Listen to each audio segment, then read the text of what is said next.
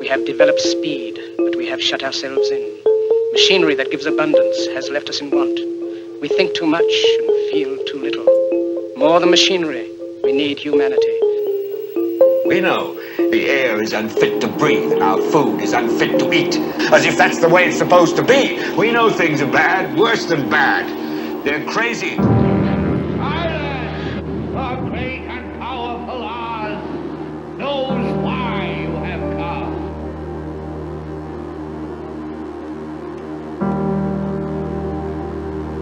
You've got to say, I'm a human being. God damn it. My life has value. You have meddled with the primal forces of nature. Don't give yourselves to brutes. Men who despise you, enslave you, who regiment your lives, tell you what to do, what to think, or what to feel, who drill you, diet you, treat you like cattle, use you as cannon fodder. Don't give yourselves to these unnatural men with machine minds and machine hearts.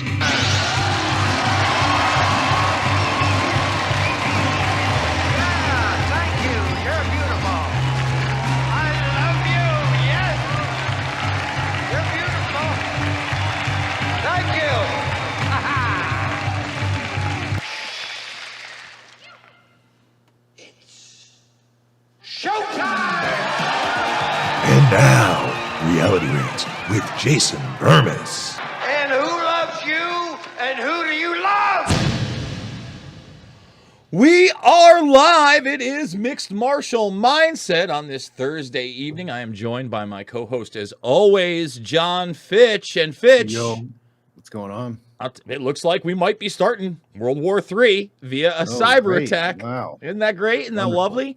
So look, I'm not trying to be hyperbolic.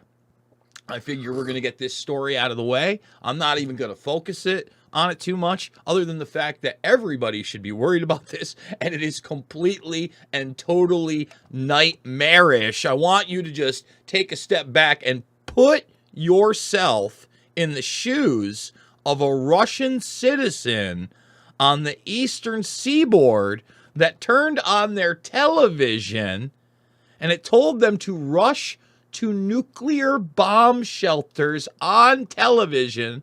We're going to show you the clip right here, all across. Now,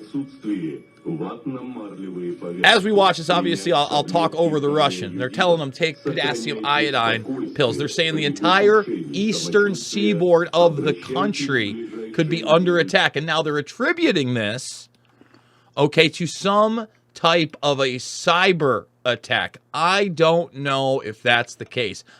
Call me skeptical. Maybe it's the same mystery people who were pro-Ukraine who got the gas pipeline. Oh, that pro-Ukrainian group, the underground pro-Ukrainian group.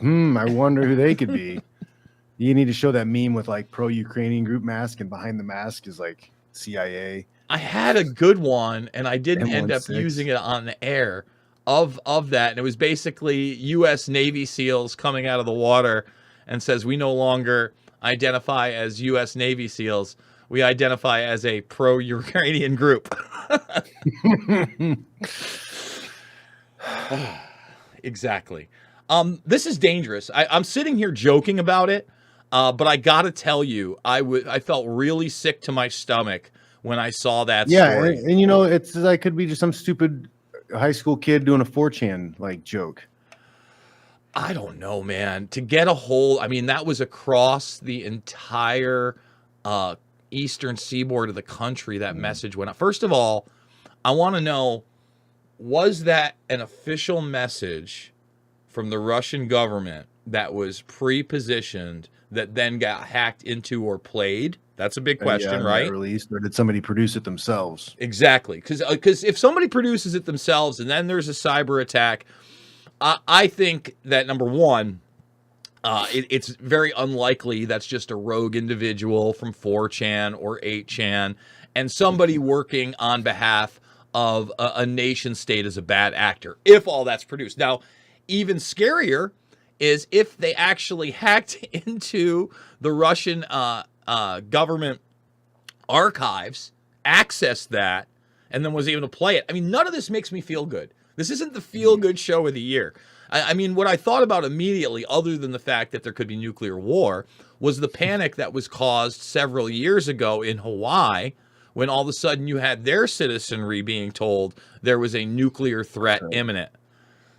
And I don't know, do I look at this like some kind of psychological warfare? Not sure. But certainly if you watch the broadcast this morning and you're part of the premium section, I had Stuart J. Hooper on. And I continue to say it because it's real. If a nuclear weapon goes off in the world, everything changes. If you think the COVID 1984 nightmare was a lot, if you think the war on terror, people need to accept the fact that this may be all one big giant ruse where China, Russia, and the U.S. governments and the European governments are all in on it. They're all in on it together. Hey, we're going to pretend we're getting in a fight. We're going to kill off some people, and then we're going to set off a controlled nuclear device.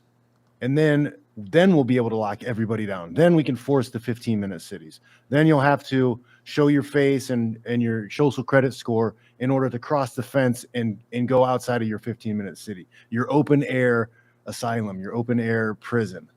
Well, there would be no better way to globally institute 15-minute zones and restrict your movement than some type of nuclear attack. And when you talk about, and then we can expand TSA. We can have a huge TSA, and TSA can be everywhere. And you can walk your dog. And if you want to go to the park in the next 15-minute area, you gotta get frisked and strip down to your underwear and go into some machine to make sure you're not carrying nuclear devices. Oh, great! But we'll be safe. We'll be safe from the bad guys.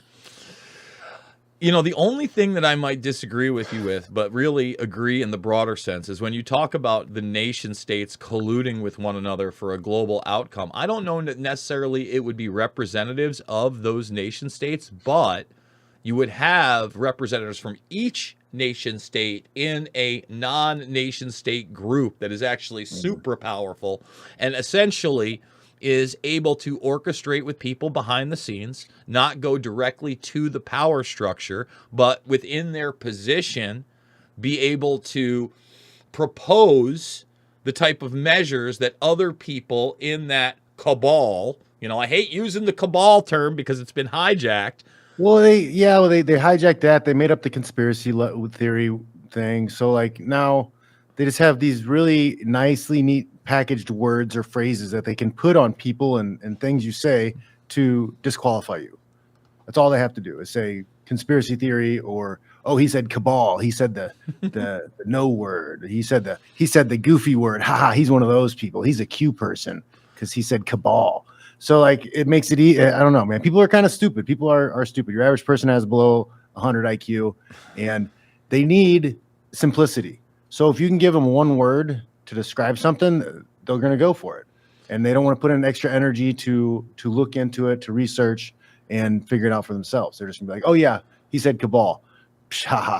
Everything else he says is nonsense. And I'm glad that you brought up he said this, so everything else he said is nonsense argument. This morning, I'm scrolling through my Facebook feed. It's really the only feed that I use social media for people that I actually know. That would be family and friends. And I'm scrolling down through, and I see my stepfather had posted something. So I read it, and it was one of those pre-positioned memes with words. And basically it said, when the network head has told you he's a liar, and the anchor has admitted in court he's a liar, if you still believe those persons, you're in a cult. Now, I don't necessarily disagree with that, but he was posting it, though, John, I'm sure, in reference to Tucker Carlson releasing the tapes. So you know what? I actually typed it out and then I erased it. It was early in the morning. I was getting ready for my morning show, and I didn't confront him about it because I love my stepfather to death. We don't always see eye to eye. But we also don't see each other more than maybe twice a year. And maybe we have 5 conversations a year. Maybe. Okay. And I'm just like, is this the conversation? Because I started typing. I was just about to go, listen, you're not wrong. But when do we believe our own eyes and ears? And oh, by the way, Rick. Yeah. Are they saying that those videos were AI generated? Are they not real? Are they some kind of computer animation? they're No, going with you the can see Democratic police caucus. officers escorting the guy around. You can see it with your own eyes. Like, well, how do you mean this is? Oh, you're doing whatever with it. I'm watching it. I'm watching police officers give a guy a tour around the place, opening doors for him. He had no weapon. They could have taken him out and killed him. They arrested him anytime. Mm-hmm. He was surrounded at one point. I think it was what, 11 people, 11 guys, Nine 11 guys, police- nine officers. 9 police officers surrounded by 9 officers who are armed. And this is the worst thing since what? What are they saying? 9/11, the Civil War, whatever bullcrap. John, we might I have don't to even play. know. I heard the press secretary, and that was the most. That had to be the most like 1984 thing I've heard Well, lately. that's what Like, hurts me. Maybe ever. She might be at the top. She might be at the top of the most 1984 thing said ever. You know, like calling that an insurrection, calling it worse than Pearl Harbor, worse than whatever has happened, worse than Civil War. Like, get out of here. Like, it's evil. They're evil. And like, this has been happening since 2012, easily. Right? I said this I think last week, but I've been watching old South Parks. So I'm in like the 15th season or so. It's like 2012. Like, Snowden just had his revelations. You know, they had the shitter thing with Cartman and Baldwin, right? Is tweeting out or is posting out their thoughts. And it's talking about kind of all this stuff, you know, government spying on you and the sycophants, like all this stuff. There was loads of evidence about Obama doing horrible stuff, but no one would ever listen to you, and you would be discredited as a racist the second you said anything negative. I started listing off. I have friends that have supported and voted for him, and they every time you cited something negative, it'd be like, oh well, that's just whatever. And then I listed off, and they just dismissed it. They don't even want to listen to it. Like, it's all made up. Like, you talk about Fast and the Furious, you talk about, you know, bailing out the banks, not closing Gitmo down, not doing anything he said he was going to do. Benghazi, you're a conspiracy theorist for that. And then bombing thousands of women and children with drones, and they don't care. They do not care. They're in a cult. It's a cult. I can't explain it any other way. Exactly. Well, that was Drone Bomber. And look, Drone Bomber. My biggest issue is that my stepfather knows I was there. You know, he knows I was there. Like, I'm sitting there thinking to myself, you know, I gotta now. My mother's not with my stepfather. My mother called me that day. She called me while I was up there. She was worried, and I'm like, Mom, I've been at concerts where I felt more threatened. I've covered way more news stories on the ground where, yeah, my head's up, and it's not necessarily because I think that everybody around me is violent. It's because I'm seeing people get flanked. I've worked with Luke Radowski before, and I've seen what happens if somebody catches a rubber bullet or a gas canister in the head. I mean, you got to be aware. I was never worried about that. No, I mean, I've been president at a couple riots at Purdue. Mm-hmm. There's a couple from basketball games, one or whatever. So I've at least been in a big crowd, watched people set a dumpster on fire and couches on fire, and then I've seen the police officers shoot tear gas to break people up. So, you know, I've got a little bit of an idea of what that chaos kind of would look like. And that was kind of like good spirited people having fun, bad violence, but like that was 10 times anything I saw in any of those videos. You know, even like the broken glass and stuff like that. Like there was a few spots they threw couches on top of each other and set them on fire. There's a couple spots where they took dumpsters and they just threw stuff in the dumpster and set those on fire. And there were some windows broken and stuff. And I would say that there was way worse damage there than at DC. Well, I'll tell you what, John. This is what we're gonna do. We're gonna break the silence right here on the program, and we're going to show Jacob Chansley in possibly his largest physical altercation of the day. Are you ready? And somebody asked him to put down the donuts or the bagels or the muffins, whatever it was he took. Here it is. So here they are. They're in a hallway together. Let's turn it up a little bit. Wow, lots of ruckus. Now watch this guy go rogue. Oh my goodness, that's a kitchen. I can get myself a muffin? Hell no! It happens so quick, John, that we might miss it. The man goes in for the muffin. Here, let's slow-mo it. He sees a kitchen. Hey, I'm hungry. I want a muffin. Jacob Getting that tax money Chansley back one muffin at a time. goes over again. Jacob Chansley, muffin savior. You put that damn muffin down. There it is. That's his big physical altercation, everybody. He yelled at a guy to put the muffin down. He wouldn't even let this horrible insurrectionist wouldn't let a guy take a muffin because that's wrong. It's morally wrong. Just like these people, they hate you. They hate you. If you're not in their cult, they hate you. They want you to die. They're trying to kill you. That's what's happening.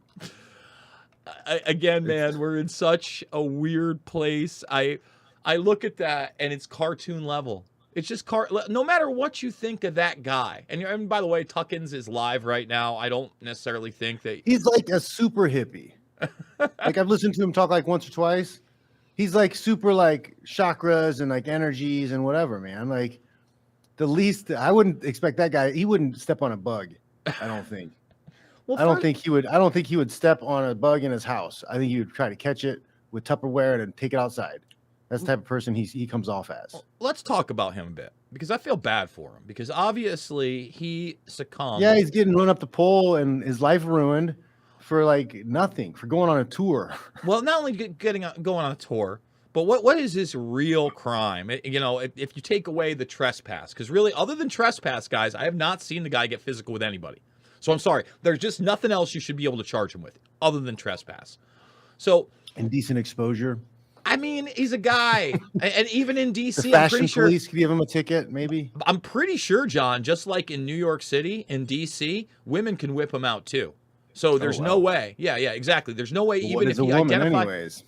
Yeah, exactly. Even if he identified as a woman, John, I'm pretty sure you still couldn't give him indecent exposure. I'm just saying that. Okay. But let's look at Chansley for a second. You got yourself somebody who joined the military at a young age. So, number one, kind of believed in his country. Joined the Navy. Must have been looking for something. All right, that's one. Then later on, disillusioned with the military to such a point where he is not only preaching the ideal set of QAnon nonsense, right, but embracing it in a costume and utilizing the fact that he lives with his parents. So in other words, he doesn't have a whole lot of real responsibility. And I'm not picking on him for that. But when you're in your late 20s. Well, I mean, if he was in the military over the last 20 years or so, he probably might have seen some action in Middle East. And maybe he's got a little PTSD. Maybe he's seen some people get blown up. Maybe somebody's drowned. Maybe, maybe he's got some stuff he's dealing with. He absolutely could. But my broader point about the fact that you're in your late 20s, early 30s, living with your parents, and there isn't that type of responsibility, that's kind of a stunt in your adult growth. No matter what has happened to you in your past jobs and on the battlefield, in the military, whatever, you haven't gained your independence as a human being. Now listen, we all have problems. I get it. We all need to rely on family. Some people fall back on it. They did have these skill sets. It doesn't appear to me that Chansley had those skill sets, right? So he embraces this role as the QAnon shaman, especially after the election takes place. Now, you can actually find him in other videos, pro-Trump, pro-MAGA stuff before that, in the outfit with the QAnon stuff. But like so many, after the election, it mobilized these people. And even after the election, you know this, John, there were still people talking about trust the plan and super secret squirrel indictments and all that. That was just... It's a lot. It's a lot. It was silly from the beginning when people, it's a gut-wrenching feeling, because you feel like things are moving in a direction. People are starting to wake up. Things seem like, hey, man, I mean, maybe people are going to step forward and we're going to turn this around and we're going to, bring it back to something logical and sane.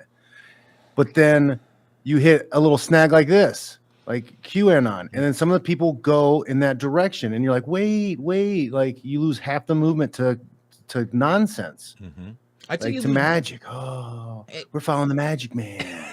He's going to put spells on everybody and make it work. And it's like, man, no, guys, stay with the rest of us. Stay with the group. Stay together. Forget this nonsense. Like we already have a plan. We already have direction we want to move. Let's just go. Stop waiting for some magic man to do all the work for you. It's all part of the plan.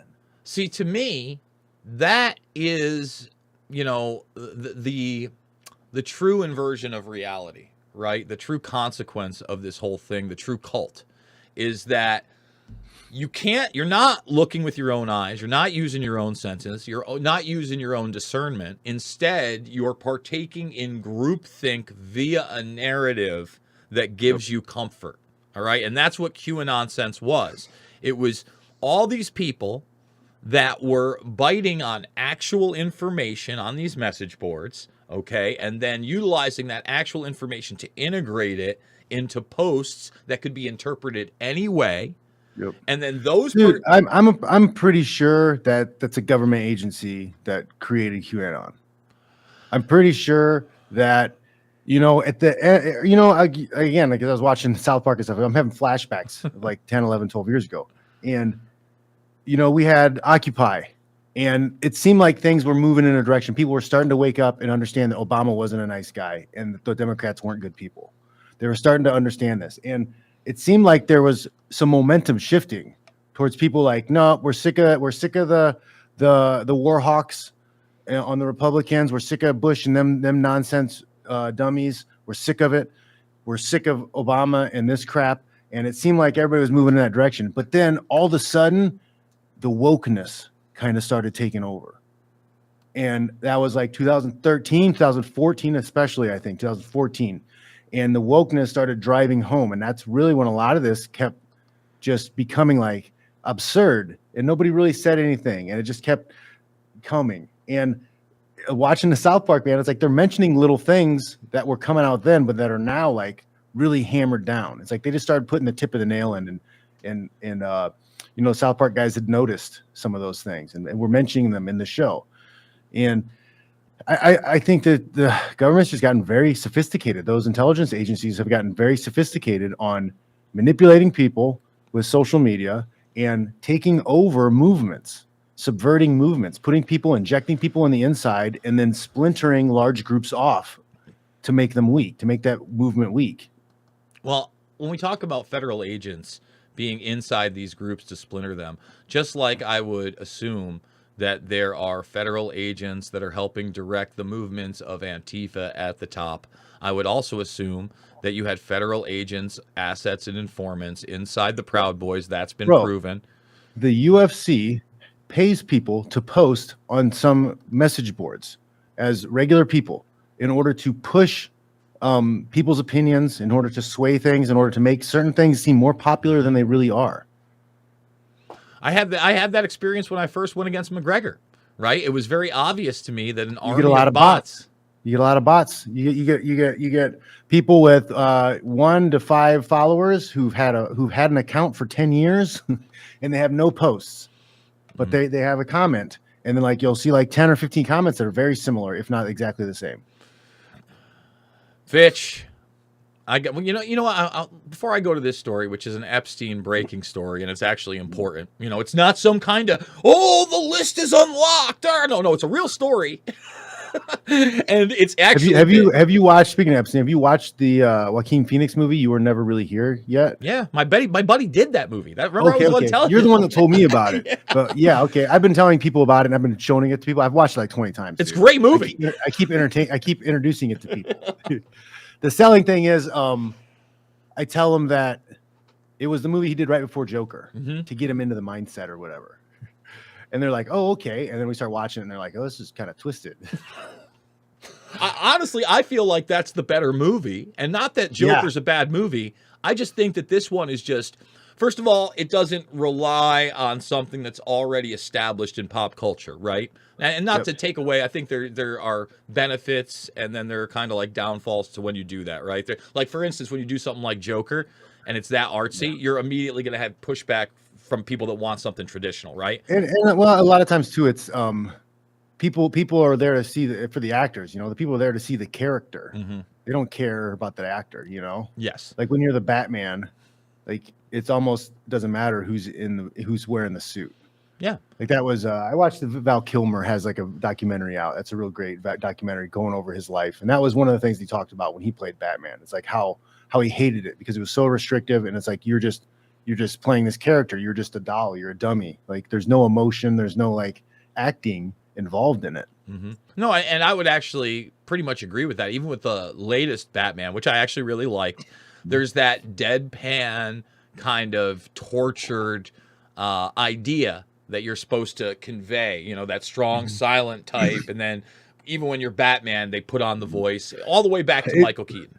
I mean, even the Batman's like super restrictive. Like even sometimes the Jokers all have a little twist that's kind of theirs. Mm-hmm. You know? Yeah. Well, I love Nicholson as the Joker. I don't think he gets enough. Nicholson was great. Yeah. I think for that era, it was amazing because it was that first taste of like actual danger and darkness via the Joker outside of the comic books. Because in that era, for those that don't know, the comic books actually got pretty damn dark. Joker murders Jason Todd, the original Robin.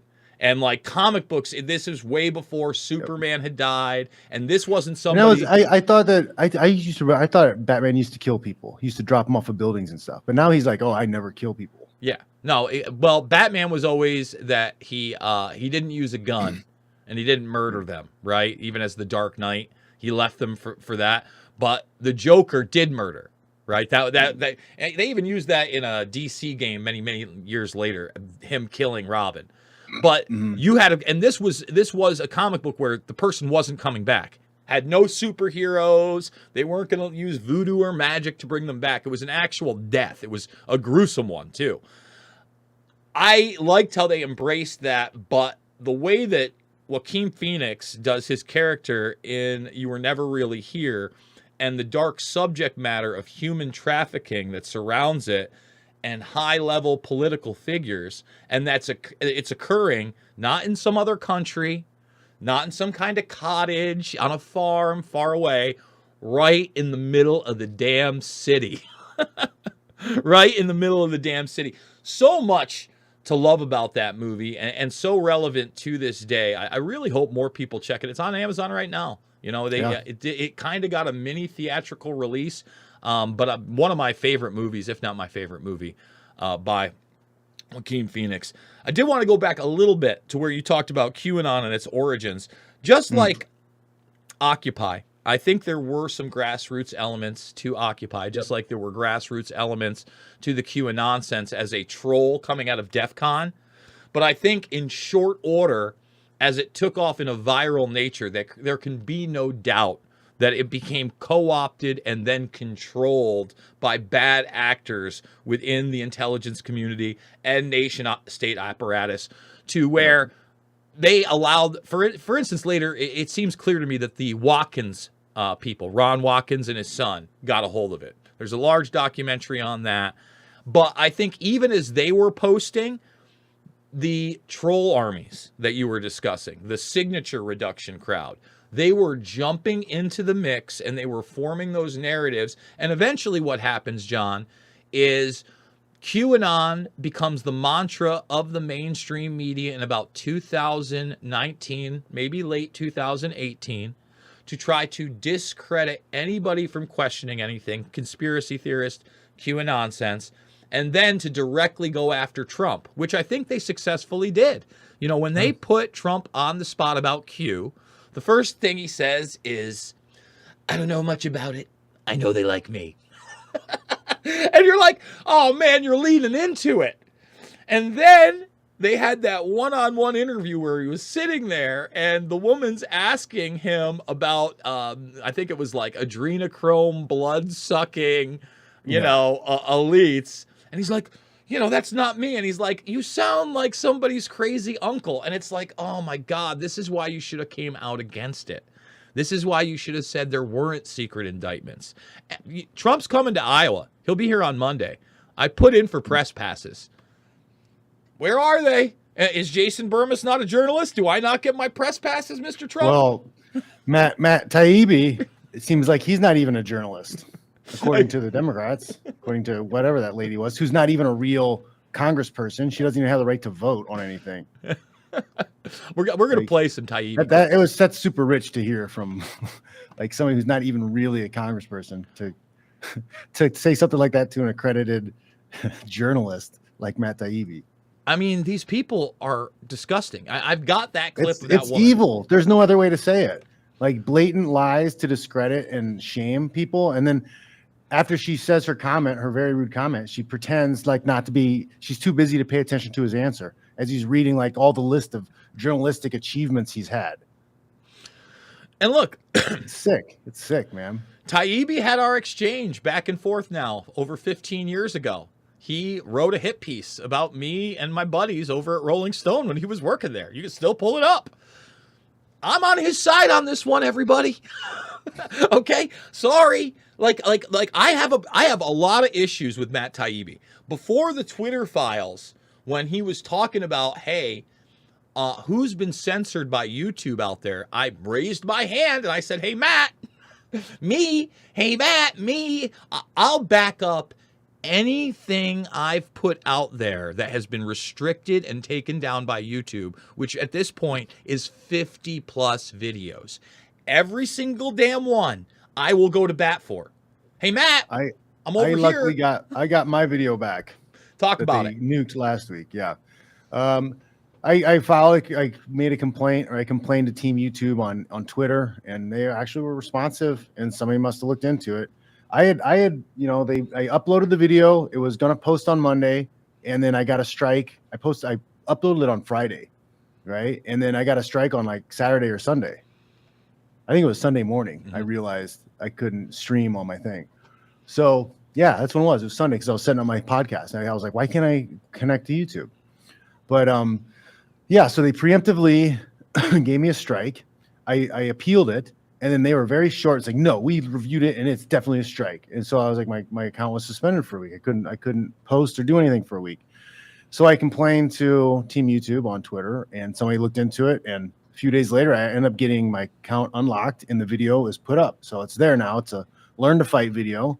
It's age restricted, but I have no problem with it being age restricted. I think I'm going to age restrict the Learn to Fight videos for now on. I may even not post them on YouTube. I may just go straight Rockfin and Rumble with those. Well, look, we're not trying to glorify violence, but obviously there's a No, double I'm trying to standard. give an education, but that's why it's okay if it's only adults watching it, because it is violence. I don't want my kids looking at somebody getting kicked in the face. I don't. I'm here trying to inspire adults to get their ass out and train, because you're not as tough as you think you are. You don't know as much as you think you do. And carrying a knife or carrying a gun doesn't do anything for you if you don't know how to retain it. If you don't know how to access it and use it and retain it, you're giving your attacker a gun. I'll just get mad. I see red and you're in trouble. That's not real. That's not a real thing. Fighters, when they fight, they don't get mad. Getting mad is the worst possible thing you could do in a serious situation where you have to fight for your life. So like, I'm showing these videos kind of to let people know you're not as capable as you think you are.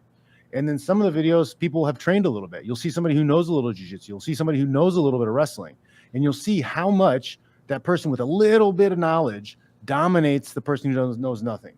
Even if it's somebody who just wrestled a couple years in junior high, you'll see him pick up and slam somebody at a traffic stop who doesn't know anything about grappling. So it's my purpose to like inspire you to take it seriously, because you don't know what's out there. You don't know what's going to happen. Things are going to get tougher. Money's getting tighter. Inflation keeps going up. It's dangerous. There's a lot of danger out there. People are breaking into houses and doing all kinds of crazy stuff, man. Snatch and grabs, stealing packages. It's not smart to not know how to defend yourself on some level. And you need to get in shape anyways. Most people, 70% of Americans, men and women, are obese or overweight, right? Mm-hmm. And if you're training, you're going to learn that you can't eat all the crap that you want, because you're going to feel it. You're going to feel it. You're going to feel that you're not capable. You're going to feel unsafe. It should inspire you a little bit to take your health a little bit more serious. I totally and completely agree. Look, it's not a movie. And the other thing is, you talk about it all the time. It's not a movie, and you're not the star. That's right. And quite frankly, if you can, you want to be the person that walks away. I saw, and whether it was staged or not, I have no idea. Avoidance. Like the winner of all the king of the streets is the guy who never got in a street fight because he always avoided them. And had the smarts and probably the abilities socially to avoid those things. Talk himself out of it. Yep. De-escalation techniques. Or know when to run. I'm not sure if you saw the Jake Paul Floyd Mayweather video that is circulating. Yeah. Now, listen, this could be a work every which way. But the bottom line is, from what I saw a mob of people with Floyd Mayweather, and I saw 2 people with Jake Paul. And 2 people with Jake Paul, and then they were big. He had 10. It looked like Mayweather had 10 guys with him. Mm-hmm. Who knows how many of those guys were armed, because it was probably armed security. And you have people saying, you can hear it in the video, saying like, we're going to rough him up. We're going to rough him up. And look, he turned and ran. And like that. So listen, it could be a work. But I don't know. How is Jake Paul not, if you're in Vegas, guys, and you're not training, right? You have to train with it. Don't just do it. But if you're not concealed carrying, what is wrong with you? Yeah, it is Vegas. What is wrong with you? Mm-hmm. Like, get to the gym and learn how to make sure no one can take the gun away from you, first off, and then get yourself the gun, conceal carry. Because we're talking guns, I guess we kind of have to talk about the Sean Kemp video that's out there. Have you seen it yet? I haven't seen the video, but Sean Kemp's from Fort Wayne, Indiana. Okay, tell us about Sean. That's my hometown. Yeah. My brother played basketball against Sean Kemp one year. It's like sectionals, I think. I can't remember if it was South Side High School or North Side High School. I think South Side. Is that your older brother? Green, I think. Older brother, yeah. Okay, I was going to say, you had older to be brother, probably like 4 years older than me. Yeah. But, so, I remember I saw him his senior year play at his high school. He's like dunking it, and it was just a man, like a full-grown man against children. He's a man-child. That guy's a giant. Yeah, it was just like, what is this guy? This is insane. So like he went pro like right out of high school, right? I don't think that Kemp did all 4 years in college. He wasn't one of those straight out of high school guys, because that wasn't the era. You still had to get some college in to get into the draft. I want to say that Kemp got drafted in 89, 90. So, right around the time he was 19 or 20, and he was a giant. I mean, he's almost like, I don't want to call him LeBron James, because obviously LeBron James is a much better player, but you hit the nail on the head. Man-child. You ever watch what LeBron James looked like in high school in those old documentaries? Kemp had that build. He was tall, lanky, but built out. And, he almost redefined the power forward position for his generation. This video, although there isn't a lot of context, and the lawyers for Kemp are saying that they shot first, it's out there. Anybody can go watch it. Kemp's outside of a car. You see it from a distance, and all of a sudden you just see him fire off a gun. Apparently nobody was injured as the other party drives away. It just shows you, you can be, and look, Sean Kemp may not have all the millions that he made during basketball, but he's invested. He's got a bunch of weed shops that have licensed out his name. He's a guy that probably has a decent amount of money left just based on those businesses alone. And he's firing weapons. Like, what's going to happen to the rest of us? That's what scares me. It's like, how do you allow yourself into a situation in broad daylight in the middle of the day where you're doing, that could cost you your life. Maybe not physically, but I'm telling everybody, jail ain't fun. You don't want to go to jail. He went to Concord High School in Fort Wayne. Okay. And it was 89. My brother graduated. So my brother was like a freshman or sophomore when they played. All right. We got to play some of these Taibbi videos for sure, including the one that you discussed. But before we do that. And we got to talk about John Jones. Oh, yeah. No, we do. We definitely got to talk about John Jones. Yeah. JP Morgan is ordered to turn over more records from CEO Jamie Dimon in a lawsuit filed by U.S. Virgin Islands accusing bank of facilitating Jeffrey Epstein's sex trafficking. Now, again, I hope everybody realizes this should be a huge story, and you're not seeing it anywhere, especially in the United States. Jamie Dimon is Goldman Sachs, mother truckers. Let me repeat that. Jamie Dimon is the dude who is the mouthpiece for large banking cartels. He's the guy that goes around the world at forums and is snarky and obscene constantly. Now, this coincides with the story, as you can see, of J.P. Morgan and executive Jess Staley. We showed you the conversations between Jess Staley, where he was talking about girls or women dressed up like Snow White, say hello to Snow White for me, and then requesting to Jeffrey Epstein a Beauty and the Beast scenario. If we start to get those types of text messages and emails with Jamie Dimon, who has not resigned, okay? Jess Staley's not a part of J.P. Morgan. I believe he's with Barclays, but if this heats up, he won't be for long. We may be past the point where these degenerates have to step down or even apologize anymore, because I think the Dana White thing set a precedent. He publicly smacked his wife. I don't care who did what first. Anyone else, any other CEO, any other president of any other organization does that, they're gone. They're done. They're not the president anymore. They're not in that role anymore. Yet now, what are we a month and a half, or well, I guess 3 months. I guess it was New Year's, but nothing's happened. That story was dead 2 weeks after it happened. So like, people aren't going to hear about this story. They're just going to cover it up or push some other news story, something that makes them feel something a little bit more, something that pulls on their heartstrings a little bit more, whatever. But and look, I got to correct myself. Thanks to the Bermas Brigade over in the chat there. They said that Jamie Dimon is J.P. Morgan, not Goldman Sachs. They are correct.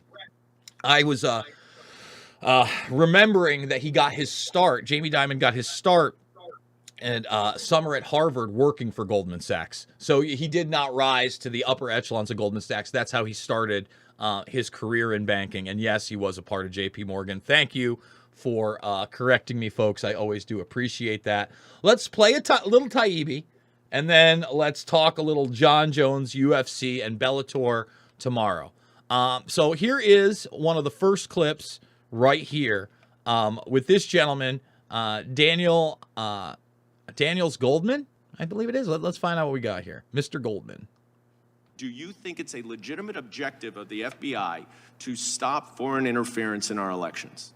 I think it's a legitimate objective to stop actual foreign interference. Okay. I mean, I don't know what the difference is, but that's fine. How do you not know what the difference is? Either foreign state actors are actually legitimately changing narratives and going after our elections, or you're just labeling everybody who's counter to your narrative as Russian disinformation. Very basic, very easy to understand. A fifth grader could understand it. Fine. Well, since Russia used social media disinformation, according to Special Counsel Mueller, I understand you may disagree with the allegations, to interfere in our 2016 elections. Allegations that were never proven. A GRU list that was a joke. Exactly. They say these things, these allegations, like it was a proof. No, you just accused somebody of something. You never said any proof. No, they didn't do anything. If I proof. start screaming pedophile at this guy, gotcha, because I said it. I'm accusing you of pedophilia. Now you're a pedophile. Ha ha. Are you trying to say that the FBI had no basis to inform social media companies about efforts to potentially interfere in our elections after 2016?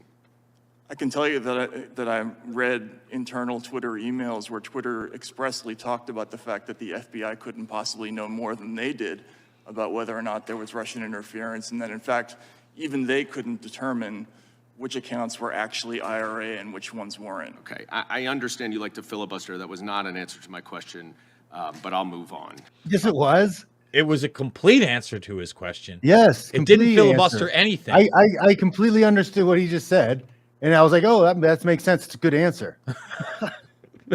That's just these people. It's straight up evil. They're not listening to anything you say. They just dismissive of everything. They have an agenda. It's sick. It's sick.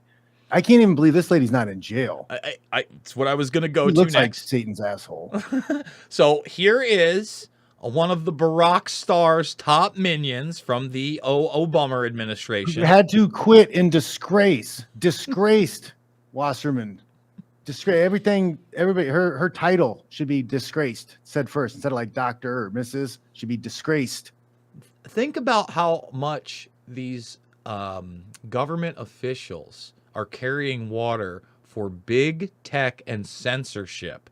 They are coming to the aid of the Trojan horse civilian systems that are there to control us and command us on what to do. Here's Wasserman Schultz.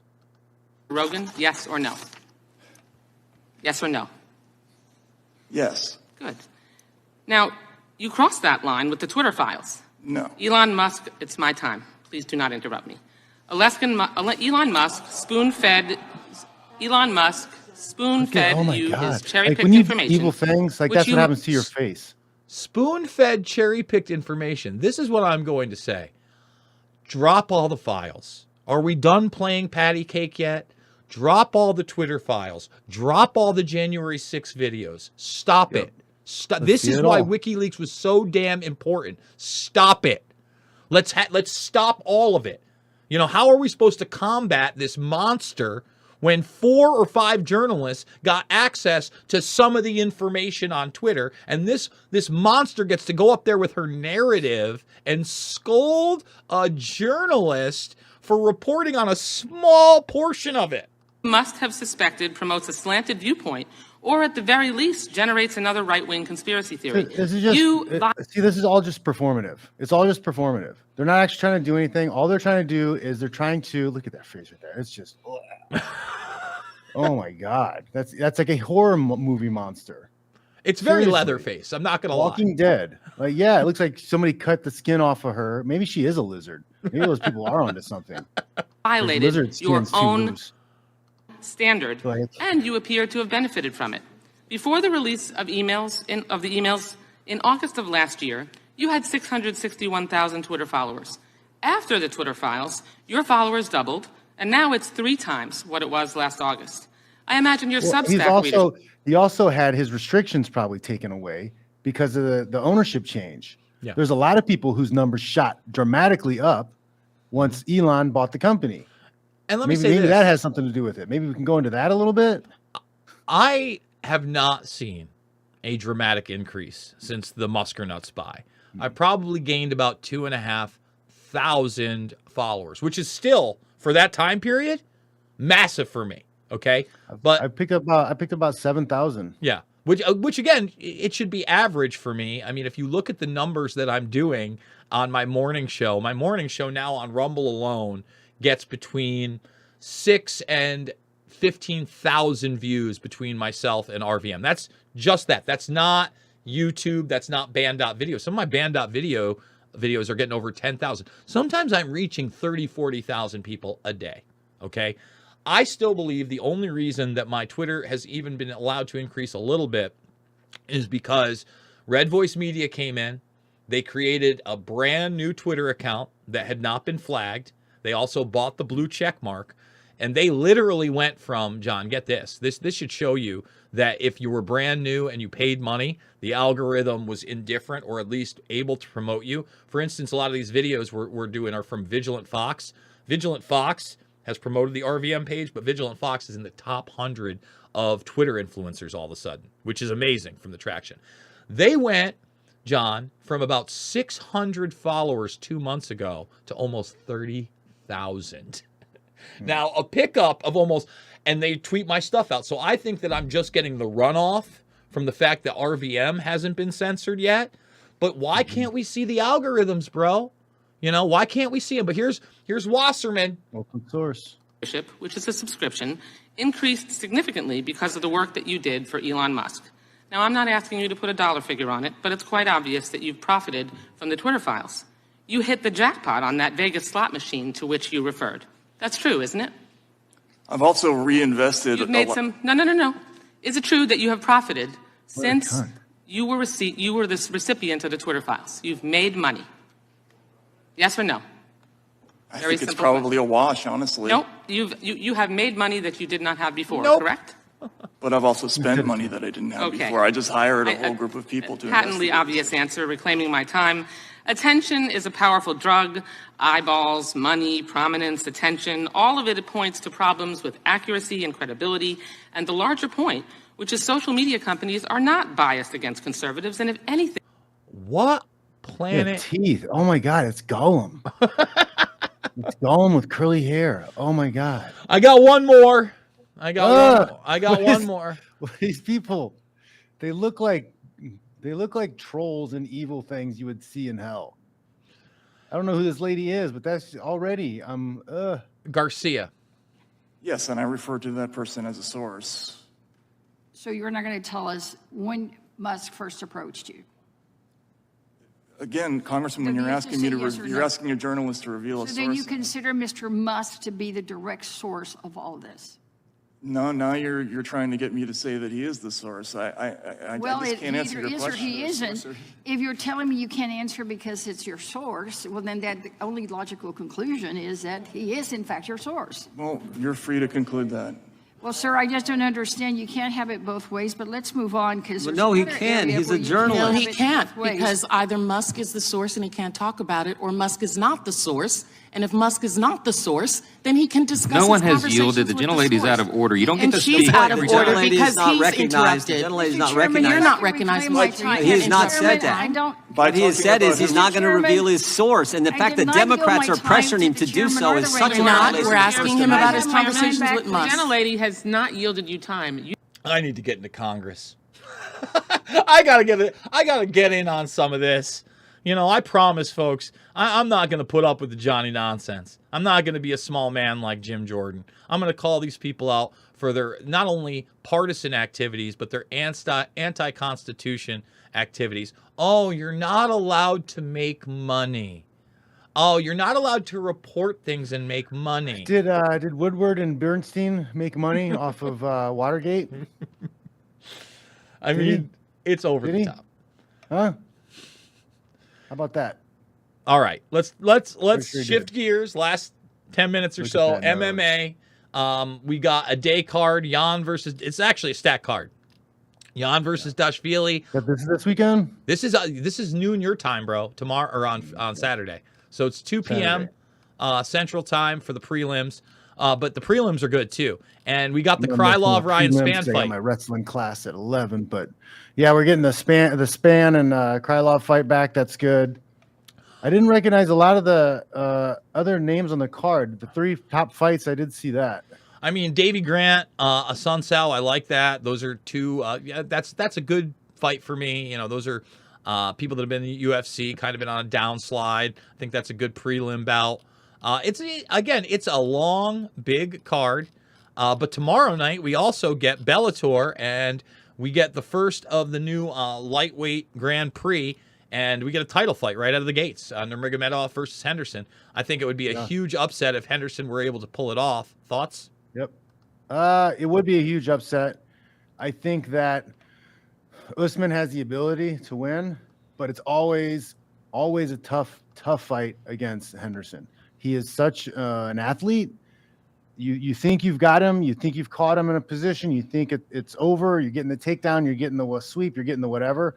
And he is able to use his athleticism to turn it around and end up on top or end up in a better spot. So his athleticism is a huge equalizer. He is a little bit older. He's had some more miles put on him than Usman. And he's not going to have the wrestling pedigree as Nurmagomedov. But he's game. He's always game. It's probably going to be a pretty interesting fight. We also got Michael Page versus Goiti Yamuchi. I think this might be his toughest fight. This is a really interesting fight. This is something that's going to be good to see because Yamaguchi, he's not bad on the feet. He's got a decent chin, good chin, and he can wrestle a little bit. And then he's got the jits. He's got some serious jits. So it'll be interesting to see if MVP can do his point karate stuff on him. And, you know, we've seen MVP lose some fights. He hasn't won a fight in a while. So it'll be interesting to see how he bounces back because he lost the bare knuckles fight. He lost to Storley. It'll be interesting to see what happens. Yep, I like that fight. I like Linton Vassell versus Moldavsky. I like Tofik Musayev versus Shabley. This is a great main card. Shabley, yep. I haven't looked at the prelims. Musayev. Luna. Okay. Go back a couple. There's Tony Johnson, AKA guy. He knocked out Joe Schilling. Barzola, another guy who turns AKA sometimes. Theo Haig. Go back one over. Yep. Watch out. I think the other way. Yeah, Theo Haig. Watch Theo Haig. He's an AKA fighter. He's 1-0. He's just getting started. Big, strong, skilled guy. Decent striking, decent wrestling, decent on the ground. He could turn into something. We'll see. Keep an eye out on Theo. For real. So let's talk about last week. Alexa Grasso has a gritty performance against Shevchenko where she may not have been, I think it was round 4 she gets the sub, or was it round 3? Oh, yeah, you gotta watch the spinning stuff, guys. Spinning stuff is more art than it is sport and street. You can work it in there sometimes, but quite honestly, if you use it a lot, you go to the well too many times, it's quite easy to read if you train it. If you train to read the cues for when somebody spins, when they start to turn. Anytime you turn your back to your opponent, you're giving them an opportunity to take your back. You're giving them an opportunity to close the distance and get to a space that could put you in a compromised position. I fought Shoney Carter years and years and years ago, 20 years ago or so, and he does a lot of spinning stuff. And we trained for the spinning stuff and to recognize the spinning stuff. Well, the fight comes. He starts to throw that spinning back fist. I recognize it. I throw a head kick. As he turns around expecting to hit me, my foot comes up under the armpit and catches him in the face. It's not as hard to catch somebody who's good at the spinning stuff if you've trained to recognize the cues. Mm-hmm. And you see video popped out of Grasso working on that exactly before she went out to fight the fight. Her in the back room warming up, working out with the training partner. They threw the spinning back kick, and she's closing the distance, jumping on the back. And let's talk about that. Closing the distance, jumping on the back. It was just that one mistake that got a little sloppy, and Grasso was losing a lot of the exchanges. She was losing the fight. She was losing the fight, but at that level, it only takes the little mistake that much, one little tiny mistake. All over that back so quick, I couldn't believe it. Should be a wake-up call to people who think, I'm just going to get mad and I'll be all right. How unforgiving is MMA, right? How good is Balanchenko? How good is she? How dominant is she? But she makes one mistake, one little slip up, and boop, it's all over. Jick's on her neck, choking her, gives her the big white stripe, and her face is all red. Like, what are you going to do? What do you think's going to happen? You think you're going to be perfect? You don't think you're going to may have a mistake and make a mistake? And that's 20 minutes in a controlled environment with a killer that they had to wait for that. Most fights last less than a minute, folks. Less than a minute. Sometimes less than 30 seconds. I would say less than 30, 45 seconds. Yeah. I had working with one of my privates today. He's 54, 55 years old, and like I'll attack him basically and put him in situations and make him fight out of stuff. And it's like 15 to 25 seconds of like pummeling and fighting out of the position, and like it's like your arms just blow up, your shoulders blow up, and if you're not used to that, like, good luck. Yeah. So let's talk about Jones. I mean, completely dominant performance, hard to take it away from him. I am looking forward now to the Stipe fight. I thought that was going to happen. I thought it was going to be an easy fight for Jones when they first announced it, because people will get mad at me when I say it, but I don't think Cyril has that like big dog fight in him. He doesn't seem like he's got that raging intensity like Tyson or somebody like that. I've never seen him pull the trigger like even John Jones and like go to work and finish and damage. He's big, he's strong, he's technical, he's a good fighter, don't get me wrong, but there's something off about him he just doesn't have that go for the throat thing that you need. So he's gonna get by, and he's gonna compete at a high level, and maybe even win a title, but I don't think he's going to be, he doesn't seem like the fight with that ferocity. So I thought John Jones, he's going to walk through him. But then I see pictures of John Jones fight week with the shirt off. And I'm like, he still got skinny legs, no calves. It didn't look like he lifted at all. He looked like the Wayne's brother from Great White Hype. I love that movie. It's my favorite. It's a great movie. He comes out with a little belly. Like, I was like, was he just like taking the last 3 years off and eating? Are you kidding me? But then he walks out in the face and he starts moving around. I'm like, oh, okay. Like a fat, John Jones at 205 fat fighting heavyweight is still better than most of those heavyweights, probably all of them. Yeah. I mean, that's what it looks like. But then again, Stipe might be able to do it. I'm looking forward to the Stipe fight. I'm glad they're making it. I hope that nothing gets in the way of that. That's exciting for me. No BKFC this weekend. But next weekend we got BKFC and we got BYB out in UAE. There was a bare knuckle last week. It was in UK. Yep, I watched it during the day. Exciting. It was a good event. Yeah. Tyranny. I couldn't believe Tyranny got beat. Mm-hmm. It was a fake double to the overhand that got him because he froze for a second. Mm-hmm. The fight. There was a couple fights. The other fight. There's 2 fights or 3 fights. The 3 main fights at the end. Those are the ones I caught, and they were all fantastic. Yeah, no, I watched all day, and they put on a great show. Even the week before, the Alan Belcher heavyweight. Belcher was a second away from losing twice. I wasn't sure he was getting up. It shows you that sport, man. And I was watching one where, and in fact, this was last week. If you watched it, was probably maybe one of the ones you caught where you had a dude who got knocked down 3 times in the first round, another time in the second, and then won the next 3 rounds, and still lost the fight. And he actually split the guy's ear. I've never seen somebody's ear split where it was. It was split in the middle to the cartilage right here, and they weren't sure what was going on. Awesome fight. BKFC is doing it right, and they're coming to Colorado with the Chad Mendez, Eddie Alvarez / and Luke Rockhold. Yeah, Luke's got to watch that, man, versus Perry.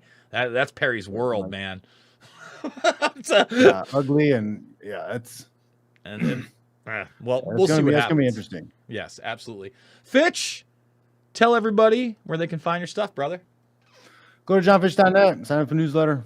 I'm done with my practical self-defense course. I just have to get it all put together and put up and loaded on Gumroad, and it's something you guys can download. You can use it with some friends, drill this stuff. You don't have to go to the ground. You can stay on your feet. It's a lot of hand fighting and clinch stuff. And this stuff, it's simple.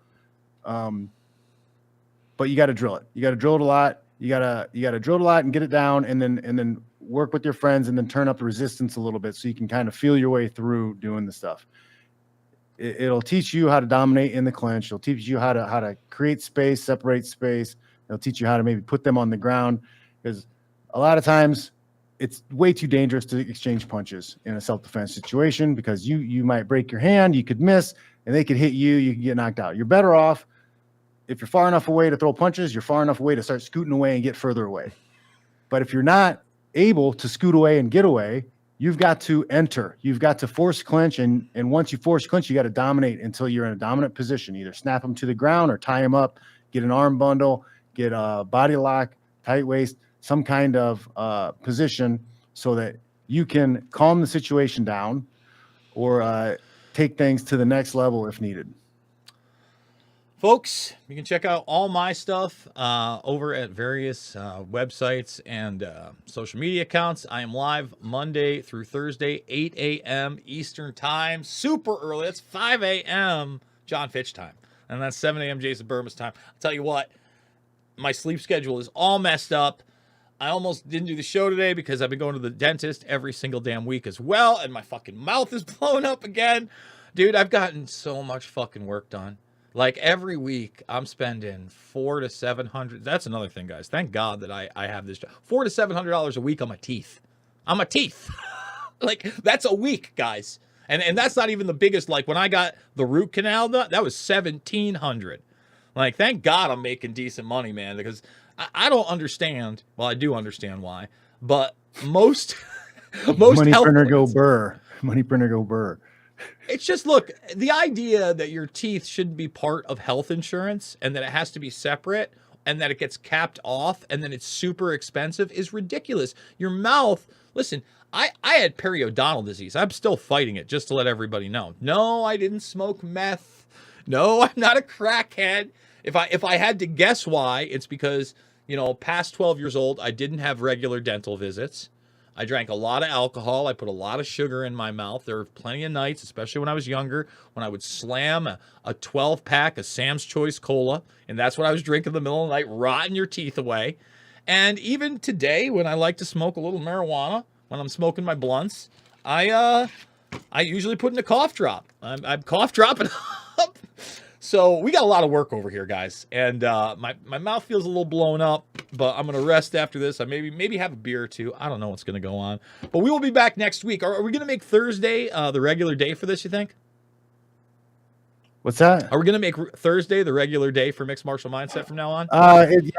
Thursday is pretty open for me. I think we can do that. I think that's a good idea because we also get right. Even if I might because I'm talking with Red Voice Media also about maybe putting together an MMA show, and I had an idea that I have to run by somebody on Monday, and we'll see if we can put something together. Well, Ray, if you're watching, and I know you do, let's put it in your ear because we'd love to bring John Fitch onto the RVM family. We're growing here, and it is becoming a real network, and I want to thank everybody out there that has signed up for the Uncensored over at redvoicemedia.com/Jason and redvoicemedia.com/uncensored.